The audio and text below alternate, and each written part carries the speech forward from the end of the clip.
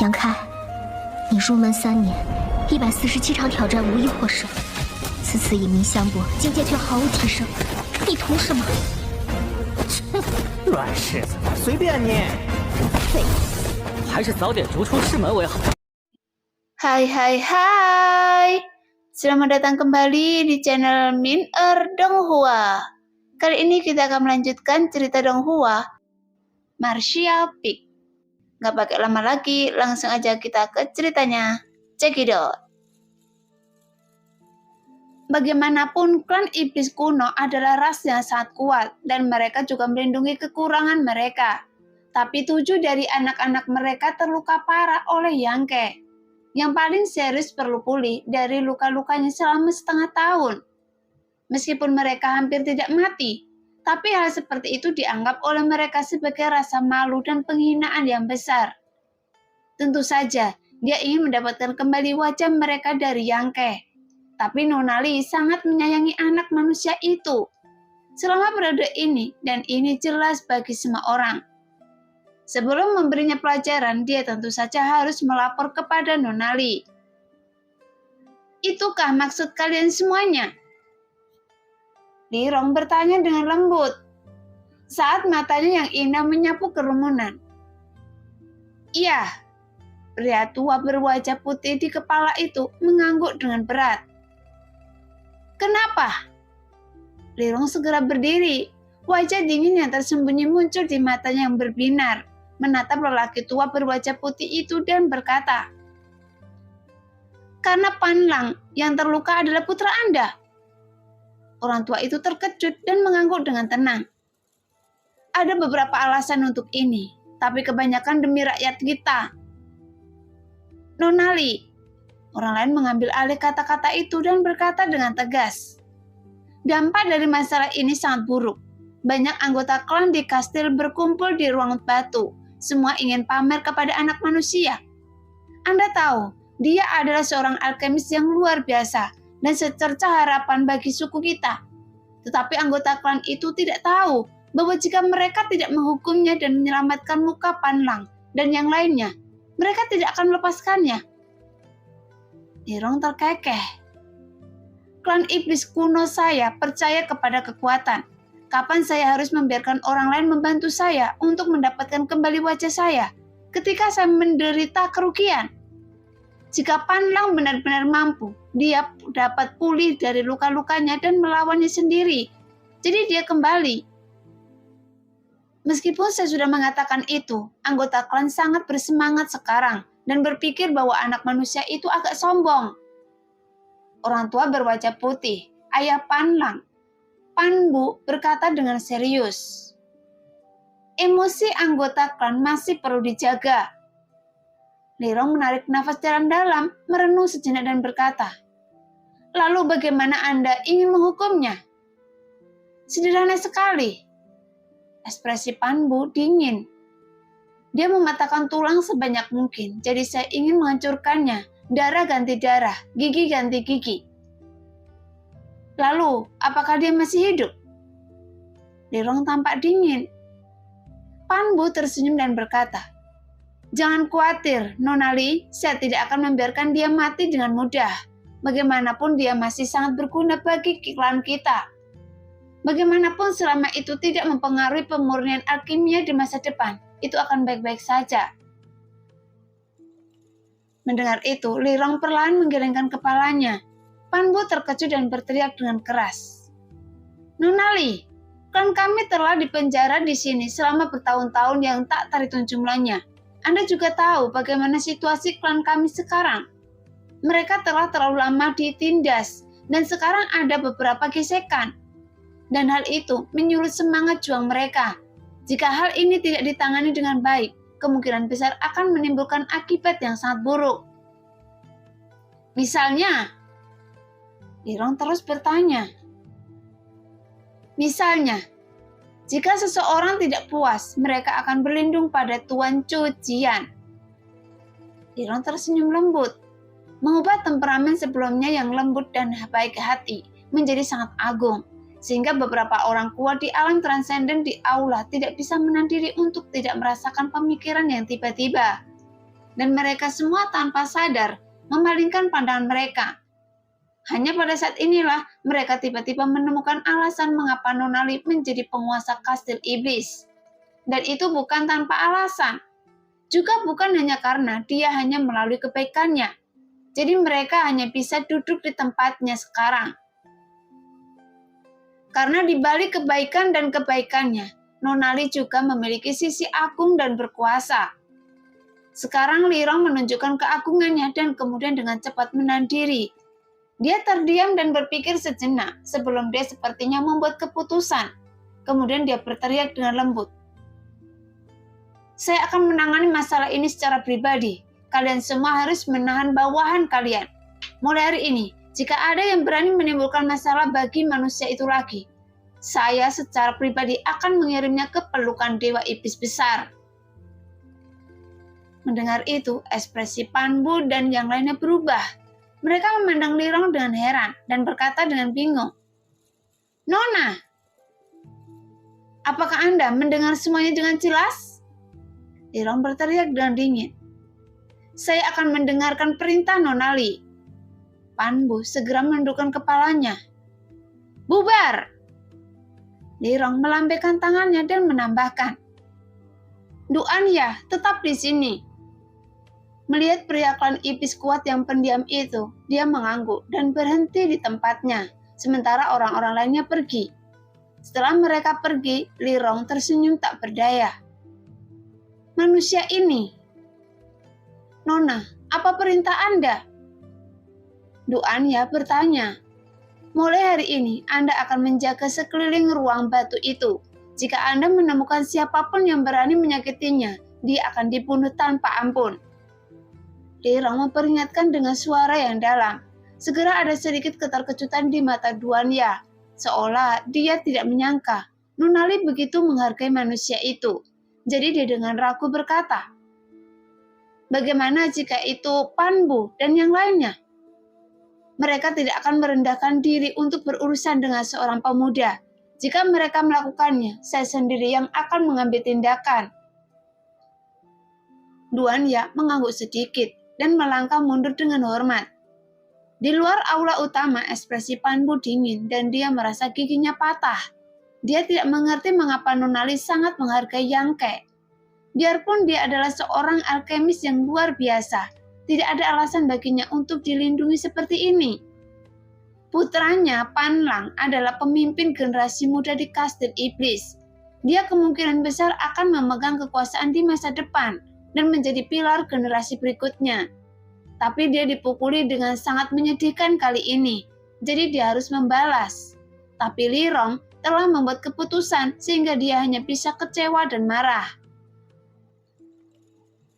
Apa yang terjadi? Nonali sepertinya peduli dengan manusia itu. Salah satu dari mereka tampak curiga dan menanyakan pendapat semua orang. Bukan Nonali yang mentraktirnya. Diam! Bagaimana mungkin Nonali seperti itu? Dia adalah orang yang begitu mulia. Jadi memperlakukan manusia itu dengan rendah hati. Masalah ini tidak sederhana. Nonali tidak akan bertindak seperti ini tanpa alasan. Pasti ada misteri di dalamnya. Tetapi bagaimanapun juga, cara Nonali menangani masalah ini tidak adil. Panbu tidak berkata apa-apa dengan ekspresi muram di wajahnya dan mencibir. Nonali, jika Anda terus bersikap seperti ini, cepat atau lambat Anda akan kehilangan dukungan dari klan Anda. Mendengar itu, semua orang saling memandang, tapi meskipun mereka bisa melihat ketidakpuasannya, mereka tidak banyak bicara. Di ruang batu, saat aura tak terlihat menyebar dengan Yangke sebagai pusatnya, dia perlahan membuka matanya. Sekarang energi sejati dalam tubuhnya, daging dan darahnya dipenuhi dengan kegembiraan. Saat ini, Yangke telah mencapai tingkat ke-8 dari alam kenaikan abadi. Dalam beberapa bulan terakhir, Yangke telah tenggelam dalam alkimia, dan dia bahkan tidak menyadari bahwa kultivasinya telah mencapai titik krisis terobosan. Selama periode waktu ini, melalui mata Jinren, dia telah menyerap konsepsi artistik dan wawasan yang ditinggalkan oleh begitu banyak orang kuat setelah kematian mereka. Jadi dapat dikatakan bahwa tidak boleh ada hambatan atau belenggu sebelum Yangke menerobos ke alam suci. Selama kekuatannya sendiri bisa mengimbangi, maka terobosannya akan lancar. Tanpa pertempuran itu, Yangke memperkirakan bahwa dia akan menembus alam kenaikan abadi tingkat ke-8 paling lambat dalam sebulan. Namun pertempuran berbahaya dan berdarah itu memaksa terobosannya selama sebulan. Jadi pertarungan memang bermanfaat. Dalam arti kesadaran spiritual, sejumlah besar orang dari klan iblis kuno berkumpul di luar ruangan batu. Aura setiap orang cukup berbahaya dan mereka sedang mengamatinya. Di ruang batu, tidak jauh dari sana, Guan Er menatap dirinya sendiri dengan ekspresi yang rumit, seolah ingin memeriksa kembali dirinya sendiri. Dengan tatapan asing terpancar di matanya yang indah. Kalian! Melihat terobosan Yangke, Guan Er dengan cepat berlari sambil tersenyum, mengelilingi Yangke beberapa kali dan bertanya-tanya. Bagaimana Anda mengalahkan Pan Lang dan yang lainnya seperti itu? Tapi Yangke hanya terkekeh dan tidak menjawab. Apakah Anda benar-benar bertarung sendirian? Guan Er sangat terkejut. Siapa lagi yang bisa melakukannya? Yangke mengangkat alisnya. Apakah Anda begitu kuat? Apa? Apakah menurut Anda saya lemah? Bukannya menurut saya Anda lemah, saya hanya tidak menyangka bahwa Anda begitu kuat. Bagaimana mungkin manusia secara fisik lebih kuat dari anggota klan saya? Sambil berbicara, dia mengulurkan tangan ke arah Yangke, seolah ingin menyentuhnya, tetapi tiba-tiba merasa malu dan segera mengambilnya kembali. Sepertinya Anda sedikit sombong dengan kemalangan Anda. Yangke memandangnya sambil berpikir. Apakah Anda pernah punya masalah dengan Pan Lang itu? Tidak ada yang istimewa, saya hanya menganggapnya menyebalkan. Dia terus-menerus terlibat dengan saya. Jika Anda menyakitinya, saya bisa punya waktu luang. Jadi dari sudut pandang ini, saya ingin mengucapkan terima kasih. Tapi sebagai orang luar, Anda dalam masalah besar sekarang.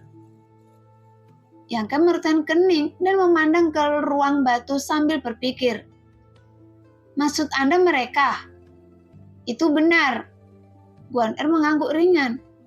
Mereka berkumpul di luar sekarang dan mereka semua ingin menarik Anda keluar dan memberi Anda pelajaran.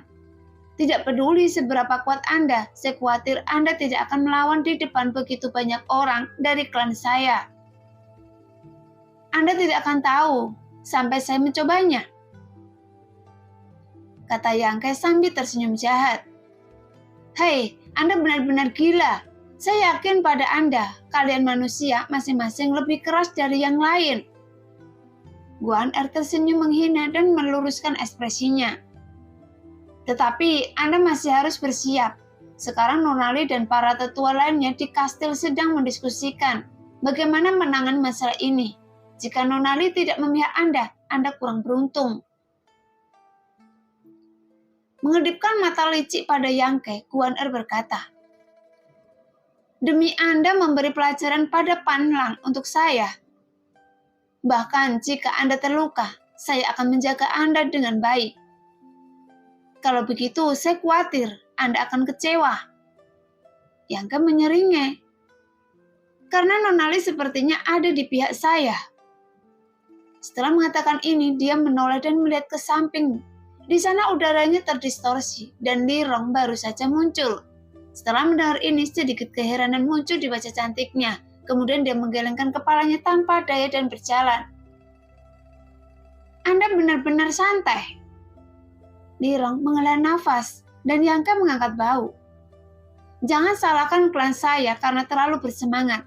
Mereka sudah terlalu lama di penjara dan Anda adalah satu-satunya orang asing di sini. Jika Anda berani menyerang rekan mereka, tentu mereka tidak akan melepaskannya. Li Rong menjelaskan dengan lembut. Melihat Li Rong muncul, Guan Er segera memberi hormat. Wanita cantik itu melambaikan tangannya sedikit, menunjukkan bahwa dia tidak perlu peduli. Berjalan ke arah Yangke dan menatapnya dengan ekspresi tak berdaya. Yangke terkekeh dan berkata, Wajar jika ada keluhan dan balas dendam, dan masuk akal jika klan Anda begitu bersemangat. Apakah Anda tidak takut sama sekali? Lirong terkejut. Dia tidak melihat sedikit pun rasa takut di wajah Yangke. Apa yang perlu saya takutkan? Yangke tampak acuh tak acuh. Jika Nona Li tidak siap untuk campur tangan dalam masalah ini, Anda tidak akan muncul di hadapan saya. Karena Anda muncul sekarang, itu berarti Anda akan menanganinya. Tentu saja, saya tidak takut. Karena Nona Li, mereka memperlakukan saya dengan buruk. Tapi sepertinya itu cukup sangat bagus. Ekspresi Lirong tiba-tiba menjadi sedikit tidak wajar, dan Guan Er mau tidak mau menutup mulutnya dan memandang Yangke dengan bodoh. Karena tidak ada seorang pun yang berani mengatakan kata-kata sembrono seperti itu di depan Nona Li. Tetapi anak manusia yang bodoh ini tidak hanya tidak membuat marah Nona Li, dia juga terlihat setuju. Bolehkah saya bertanya mengapa ini terjadi? Apa istimewanya diri saya sehingga Nona Li begitu tertarik pada saya? Yangke memiringkan kepalanya dan memandang wanita cantik di depannya dengan santai. Lirong terbatuk ringan. Saya tidak akan memperlakukan siapapun yang dikirim oleh budak peti mati senior dengan buruk, karena mungkin suatu hari nanti orang-orang ini akan membantu klan kami keluar dari masalah. Apa yang dia katakan agak menipu diri sendiri. Bahkan Guan Er pun mendengarnya. Jadi bagaimana mungkin Yangke tidak mendengarnya? Namun Lirong tidak mau menjelaskannya, dan Yangke tidak mau repot-repot menjelaskannya. Memikirkannya dengan hati-hati setelah Lirong melihat mata Jinren di lautan kesadarannya, sikapnya terhadapnya berubah. Meskipun sebelumnya mereka bersahabat dengannya, mereka hanya memiliki hubungan kerjasama satu sama lain. Namun sekarang berbeda. Terlihat dari cara dia merawatnya dalam segala aspek, bahwa Lirong sangat peduli padanya. Dan Yangke tidak akan sebodoh itu untuk berpikir bahwa wanita yang bermartabat dan anggun seperti itu akan jatuh cinta padanya. Dia adalah master di alam suci dan telah hidup selama bertahun-tahun yang tak terhitung jumlahnya. Cinta di matanya mungkin hanyalah awan yang lewat. Adapun untuk alasan yang lain, Yangke hanya bisa menebaknya karena mata Jinren. Namun Yangke tidak mengerti mengapa mata Jinren mengubahnya menjadi bola energi. Tapi Anda benar. Sejak saya muncul, saya akan menangani masalah ini. Jadi Anda tidak perlu terlalu khawatir. Saya sudah meminta orang untuk menahan anggota klan dan mereka tidak akan menimbulkan masalah bagi Anda. Tapi ingat, jangan lakukan itu lagi tanpa alasan di masa depan. Jika ada konflik dengan klan saya bisa melindungi Anda sekali. Tapi bukan berarti saya akan memaafkan kesombongan Anda. Saya tidak pernah mengambil inisiatif untuk menimbulkan masalah. Yangke terkekeh. Wanita cantik ini sepertinya sengaja menutupi kesalahannya di depannya, dan nada suaranya menjadi lebih dingin. Ini yang terbaik.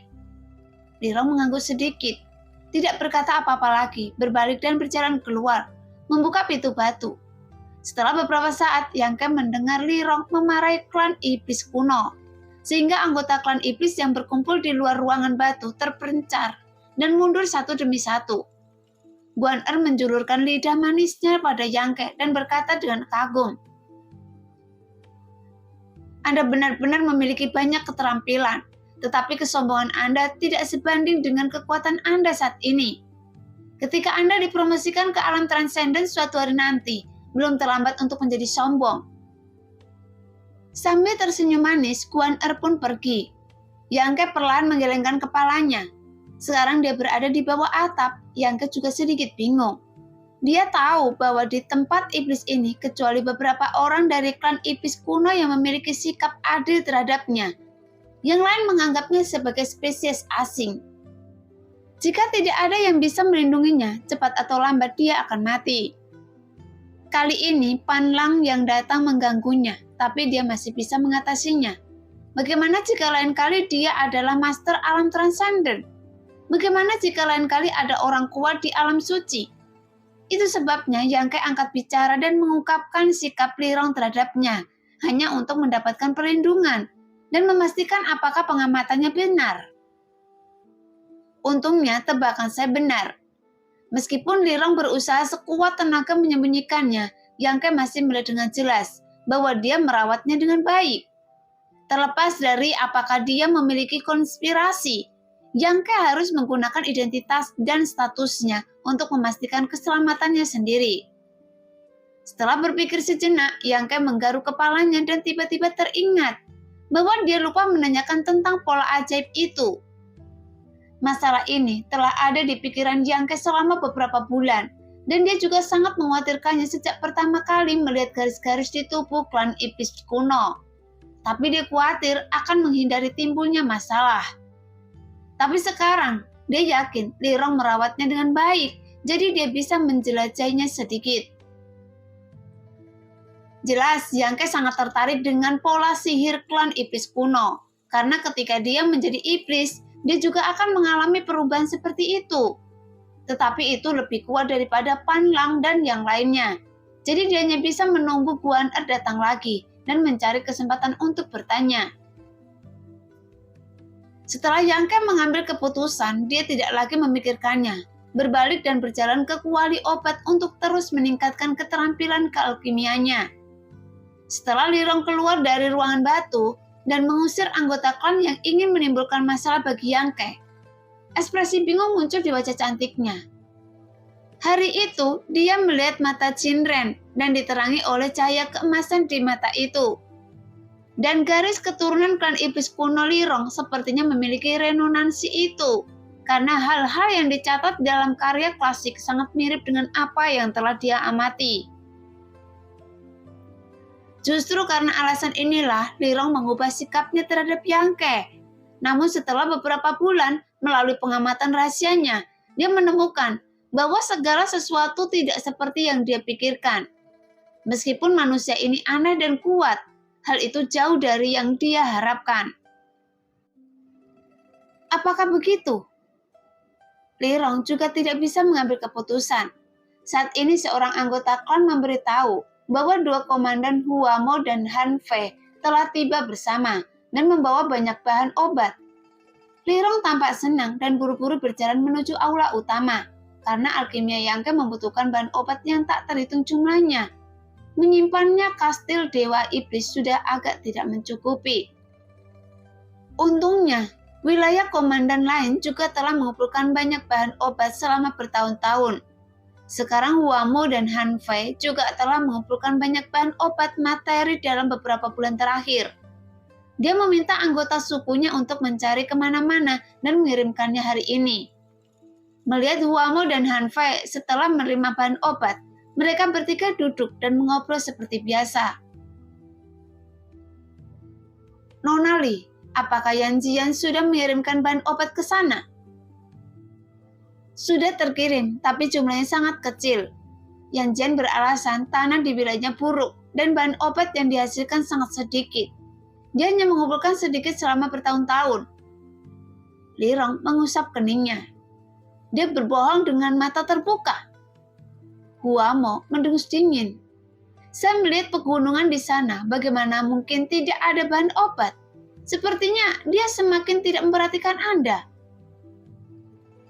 Han Fei juga berkata dengan dingin. Dia sama sekali tidak menaruh perhatian pada masa depan klan kita. Dia hanya ingin menguasai dunia kecil yang misterius ini. Jadi dia benar-benar bodoh. Kedua komando itu saling bercerita apa yang salah dengan Yan Jian, dan mereka semua meminta Lirong untuk memberi pelajaran pada Yan Jian dan membuatnya berperilaku jujur. Tapi seperti biasa, Lirong hanya mendengarkan dengan tenang dan tidak berniat mengungkapkan pikirannya. Huamo dan Han Fei juga mengatakan itu tidak ada artinya, jadi segera berhenti menyebutkannya. Ngomong-ngomong, Nona Li, saya baru saja mendengar bahwa anak manusia itu menyebabkan masalah. Huamo tiba-tiba bertanya, Nona Li selalu bertindak adil, mengapa Anda memihak orang luar kali ini? Han Fei juga memandang Lirong dengan sedikit terkejut, terlepas dari apa yang menyebabkan perselisihan antara Yang Ke, Pan Lang dan yang lainnya, dan siapa yang benar dan siapa yang salah. Karena klannya yang menderita kerugian, tentu saja orang asing harus membayar harganya. Tetapi Apa yang mereka dengar tidak demikian. Lirong terkekeh dan berkata, "Kalian benar-benar berpengetahuan luas." Huamo berkata, "Anggota klan di benteng sedang membicarakan hal ini. Menurut saya sulit untuk tidak mendengarnya." Han Fei memandang dengan dingin dan berkata, "Nona Li, karena masalah ini banyak anggota klan yang mengeluh tentang Anda. Apakah itu benar-benar sepadan?" Wajah Lirong juga menjadi serius, dan dia merenung sejenak dan berkata, "Jika tebakan saya benar, itu tidak akan sia-sia." "Tebakan macam apa?" Huamo bingung. "Sulit untuk mengatakannya sekarang, saya masih mengamati. Jika Anda dapat melihat apa yang saya lihat, Anda pasti akan membuat pilihan seperti itu. Ketika kebenaran terungkap suatu hari nanti, saya akan memberitahu Anda." Huamo dan Han Fei mengangguk sedikit. Setelah bertahun-tahun mereka juga percaya pada visi dan penilaian Lirong, karena dia memilih untuk memihak orang luar. Dia pasti punya alasannya sendiri. Setelah mereka bertiga berbicara sebentar, kemudian Huamo dan Han Fei mengucapkan selamat tinggal dan pergi.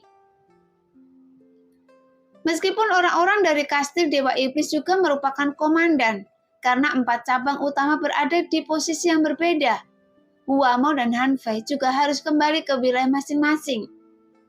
Kali ini tujuan utamanya adalah mengantarkan bahan obat. Setelah insiden di mana Pan Lang gagal memprovokasi dan dipukuli, sikap klan iblis kuno terhadap Yang Ke menjadi lebih buruk. Tapi Yang Ke terlalu malas untuk menimbulkan masalah dan hanya menghabiskan waktu di ruang batu dengan pil dan bahan obat setiap hari. Tapi keterampilan alkimianya berkembang pesat.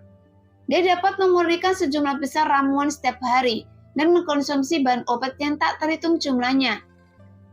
Sekarang Yang Ke dapat merasakan bahwa ada ahli top yang diam-diam melindunginya di luar ruangan batu. Meskipun orang ini tersembunyi dengan sempurna, Yang Ke masih dapat mengidentifikasi jejaknya. Dan orang ini seharusnya dikirim oleh Lirong untuk melindunginya. Setelah menyadari hal ini, Yang Ke tiba-tiba merasa lega dan hubungannya dengan Guan Er juga harmonis. Gadis iblis ini sepertinya sangat penasaran dengan dunia luar.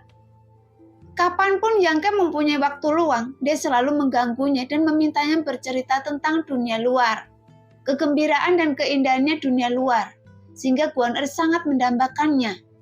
Selain itu, dia juga sangat mendukung keterampilan alkimia miliknya, berharap suatu saat Yang Ke dapat menyempurnakan ramuan tingkat suci dan membawa kabar baik bagi klannya. Dan Yang Ke juga mengetahui informasi tentang pola ajaib dari Guan Er. Menurut Guan Er, klan iblis kuno mereka adalah klan iblis dengan darah yang sangat murni dan mulia, yang tidak dapat dibandingkan dengan klan iblis lainnya. Pola sihir mereka adalah bawaan, tetapi mereka dapat dikembangkan dan diperkuat, dan mereka dapat digunakan saat bertarung, sehingga kekuatan mereka akan meningkat dengan pesat. Semakin komprehensif pola sihirnya dibuka, semakin besar tingkat peningkatan kekuatannya. Seperti Pan Lang dan lainnya yang mampu menerapkan pola sihir untuk kedua kalinya, dan Guan Er sendiri juga mampu melakukannya.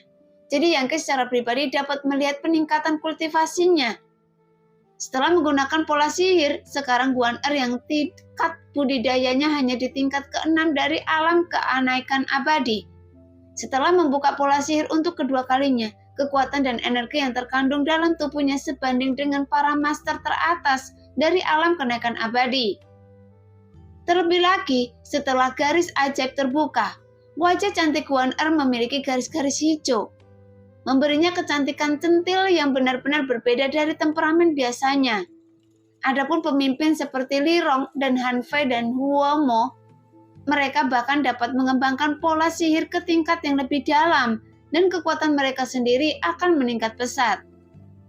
Namun tidak ada musuh di dunia Xiaoxuan, dan Guan Er belum pernah melihat beberapa komandan mengambil tindakan. Dia hanya mendengar tentang ini tetapi belum pernah melihatnya dengan matanya sendiri. Di kastil Dewa Iblis bahkan terdapat kode rahasia seni bela diri yang dikembangkan khusus untuk pola iblis. yang merupakan hadiah yang ditinggalkan oleh Dewa Iblis Besar. Dan Yangke sangat tersentuh ketika mendengarnya dan ingin meminjamnya untuk dibaca. Tetapi Guan Er berkata bahwa hanya anggota klan dengan kualifikasi luar biasa yang memenuhi syarat untuk melihat buku rahasia seni bela diri ini. Dan dia bahkan belum pernah melihatnya, yang membuat Yangke sangat menyesal. Meskipun Li Rong baik padanya, Yangke tahu betapa berharganya dia. Jadi mungkin tidak realistis untuk memintanya meminjam buku rahasia seni bela diri yang ditinggalkan oleh Dewa Iblis Besar sekarang. Setelah memusatkan pikirannya, Yangke menjalani kehidupan biasa hari demi hari. Setelah memurnikan ramuan, dia berlatih kultivasi atau membicarakan hal-hal menarik di luar dengan Guan Er. Waktu berlalu dan tanpa disadari, hampir setahun telah berlalu sejak Yangke datang ke dunia kecil misterius ini. Dalam 1 tahun, keterampilan alkimia Yangke telah meningkat secara signifikan. Sekarang dia dapat menyempurnakan pi tingkat roh tanpa bantuan formasi spiritual. Sebelumnya, Raja Pengobatan Xiao Feng Sheng mengharapkan sebuah keinginan yang belum pernah terwujud dalam hidupnya. Sekarang di tangan Yangke hanya butuh lebih dari setahun untuk mewujudkannya. Tapi Yangke hanya dapat menyesalinya. Bahwa dunia ini berbeda dan kemampuan yang dapat digunakan seseorang berbeda. Pencapaian Master Xiao dalam alkimia hanya lebih tinggi daripada Yangke. Tetapi karena berbagai batasan di dunia itu, ramuan tingkat spiritual yang dia harapkan hanyalah sebuah kemewahan. Pada hari ini, setelah Yangke selesai menyempurnakan ramuan tingkat roh, dia menarik nafas dalam-dalam, bermeditasi sebentar, tiba-tiba membuka matanya dan berteriak ke ruangan batu yang kosong. "Senior, bisakah Anda membantu saya untuk memanggil Nunali? Ada yang ingin saya bicarakan dengannya." Duanya yang tersenyum di dalam kehampaan mendengar ini, dia tidak bisa menahan diri untuk tidak melihatnya dengan heran. Dia tiba-tiba menemukan bahwa anak manusia ini sebenarnya sedang menatap ke tempat dia bersembunyi. Dengan sepasang mata yang bersinar dengan kebijaksanaan, yang membuat Duanya sangat terkejut. Sejak lelucon terakhir ketika Yangke diganggu oleh Pan Lang, Duanya telah mengikuti instruksi Li Rong dan berjaga di sini secara diam-diam sepanjang waktu. Tetapi dia tidak menyangka bahwa anak ini telah menyadarinya dan dapat menemukan posisinya dengan akurat. Dia hanya berada di alam kenaikan abadi tingkat ke-8 dan dia berada di alam transenden tingkat ke-3. Tapi dia mengetahuinya. Sekarang, jejak keterkejutan yang mendalam melintas di hati Duanya. Tetapi dia tidak menunjukkan satupun di wajahnya. Dia muncul dari tempat persembunyiannya, mengangguk ringan ke Yangke. Kemudian tubuhnya memudar lagi dan menghilang. Setelah menunggu beberapa saat, udara di samping Yangke terdistorsi. Dengan lapisan riak yang terlihat dengan mata telanjang. Dari udara yang terdistorsi, semacam kekuatan kosong datang dan kemudian Li Rong muncul. Yangke menunjukkan ketertarikan karena dia menemukan bahwa setiap kali wanita bangsawan ini muncul, dia selalu menggunakan metode ini. Sepertinya dia bisa mengendalikan kekuatan kehampaan dan tiba-tiba muncul di sini dari tempat tertentu. "Saya dengar Anda mencari saya." Li Rong berjalan dan bertanya langsung pada intinya. "Iya." Yangke mengangguk. "Ada apa?" tanya Li Rong dengan serius. "Saya perlu mengisi kembali energi sejati saya yang sebenarnya." "Mengisi kembali energi sebenarnya?" Li Rong sedikit mengernyit. Melepaskan kesadaran spiritualnya dan mengelilingi tubuh Yangke dan bertanya dengan ragu. "Bukankah energi sejati Anda sangat berlimpah?" Dengan kultivasinya yang kuat, dia secara alami dapat mendeteksi bahwa di dalam tubuh dan meridian Yangke terdapat esensi nyata yang mengalir setebal substansi, bahkan mengandung kekuatan penghancur. Terlebih lagi, esensi atribut panas yang sangat murni ini memiliki efek pengekangan yang besar terhadap energi iblis anggota suku biasa. Tidak. Yangke terus menggelengkan kepalanya. Memang ada banyak Yuan sejati di meridian saya, tetapi tidak banyak Yuan sejati yang tersisa di dantian saya. Tanpa Yuan sejati, saya tidak dapat membuat obat mujarab. Apa maksud Anda?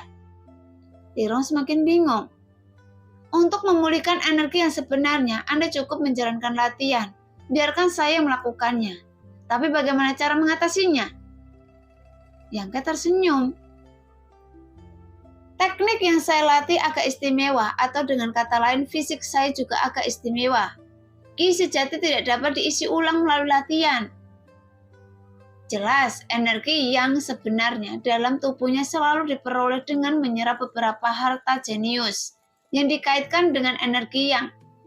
Dia menyerap energi dari harta jenius itu ke dalam tubuhnya, memadatkannya menjadi cairan yang, dan menyimpannya di dalam dantiannya.